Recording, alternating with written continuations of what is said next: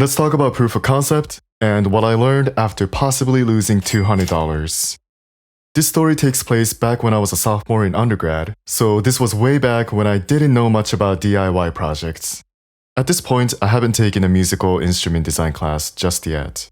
I only knew vaguely how to connect sensors to Arduino and send data to Maximus P. But in terms of design process, I didn't know anything about it. And I also didn't know about what makes an instrument design good. Despite all of that, I wanted to make a musical glove that used flex sensors. The idea was to control sounds by bending my fingers. And it was battery powered and wireless. Also, accelerometer was involved too. And this project ended up costing me about $200 with nothing to show at the end. So what went wrong here? Well, I skipped proof of concept. After coming up with a general idea for a project, you start buying the parts necessary to test if it's feasible. That's pretty much proof of concept. Can you get something working quickly to show others that you can finish a refined prototype? It doesn't need to be anything fancy at this stage. And in my opinion, proof of concept is honestly the most fun step. It's always magical to control sounds with a new sensor for the first time. And it's a feeling that never gets old actually. Even after building instruments for several years now, I still feel a lot of joy when trying out a new sensor I haven't used before to control sounds. Proof of concept can also be a humbling step. It's not always magical right from the first try. Sometimes the part that you buy don't work as expected, or the whole idea isn't that good in practice.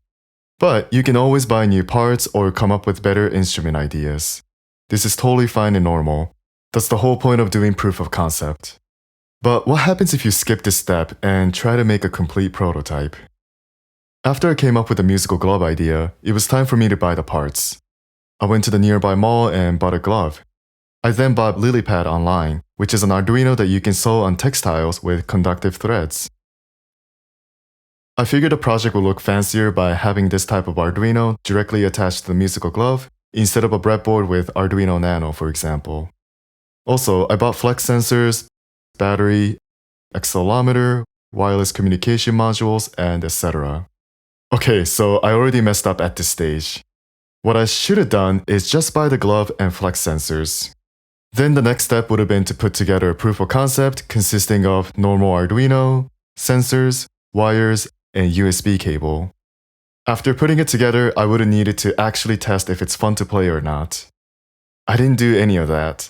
Yet, I bought everything at once before doing any proof of concept. If I went step by step, I would have quickly realized that musical glove isn't that fun to play with and ended up not buying rest of the stuff. So, if I were to build this musical glove project right now with all the knowledge and experience that I gained over the years, what steps would I take? So, after coming up with the musical glove idea, the next step, before even considering proof of concept, would be to talk to my friends about the project and receive feedback. I don't think I did this back then because I know a certain friend would have told me that this idea wasn't good and explained why. But for the sake of this video, everyone's set to go for it. Then what I would do next is buy flex sensors and the glove. The proof of concept would be to test if the musical glove is feasible. Will I be able to attach the flex sensors to the glove and control sounds?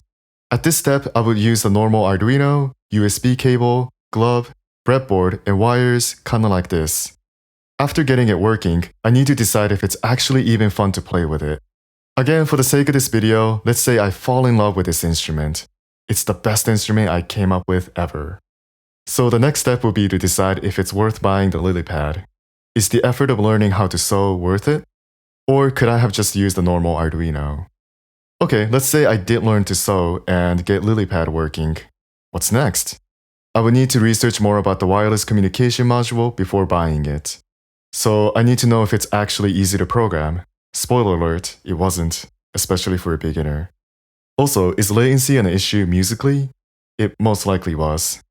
If it was possible to get the wireless system working, consider the price again. It's not the cheapest. And does it really need to be wireless? Oh, and figuring out the battery situation is a whole another task. So, is all of this worth it just to bend my fingers a little bit and control sounds? Personally, not at all. So back then, I didn't take these steps and ended up overwhelming myself trying to have so many different features working at once.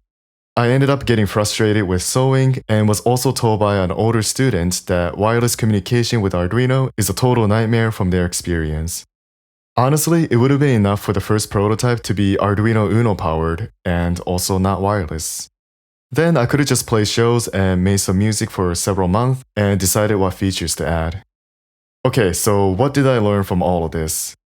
Don't get too ambitious and end up having a bunch of different features that may not work well together. Don't marry an idea until you start testing things out more. Look out for early warning signs. Don't buy all the parts at once, especially if they're expensive. Break everything down to steps and go one by one. And most importantly, have fun. This one seems obvious, but I didn't have any fun trying to build this musical glove. That should have been a huge red flag. It would have been fun and encouraging to do that proof of concept where I bend my fingers to control sounds for the first time. Before I end the video, I don't think I actually quote-unquote lost $200 because I still have the parts with me, as you can see, and I could always use them for future projects or tutorials. Also, I'll most likely donate them to a local electronics workbench when I move to a new town or city. Thank you for watching, and I hope you found my experience informative.